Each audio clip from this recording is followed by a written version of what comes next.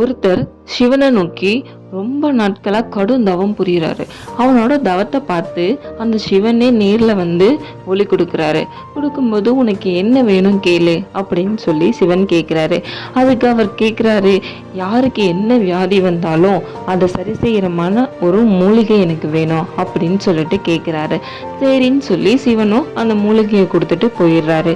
அந்த மூலிகையை எடுத்துட்டு போற வழியில ஒரு திருடன் ரொம்ப அடிபட்டு மிதிப்பட்டு கீழே விழுந்து குத்து வாங்கி சாகிற நிலைமையில கிடக்குறான். அந்த திருடனை பார்த்து அந்த பையன் ஐயோ பாவம் அப்படின்னு சொல்லிட்டு தன்கிட்ட இருக்க மூலிகை செடியில கொஞ்சமா கிள்ளி அதை அந்த பையனுக்கு கொடுக்குறான்.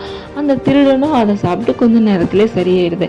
அவன் திருடனாச்சே சும்மா விடுவானா, இவ்வளோ அற்புதமான மூலிகை செடியா அப்படின்னு சொல்லிட்டு அந்த பையனை கொன்னுட்டு அந்த மூலிகை செடியை களவாடிட்டு போயிடுறான். நம்ம எப்போதுமே ஒரு விஷயம் செய்யும் போது அதை நல்லா யோசிச்சு அப்புறம் தான் செய்யணும்.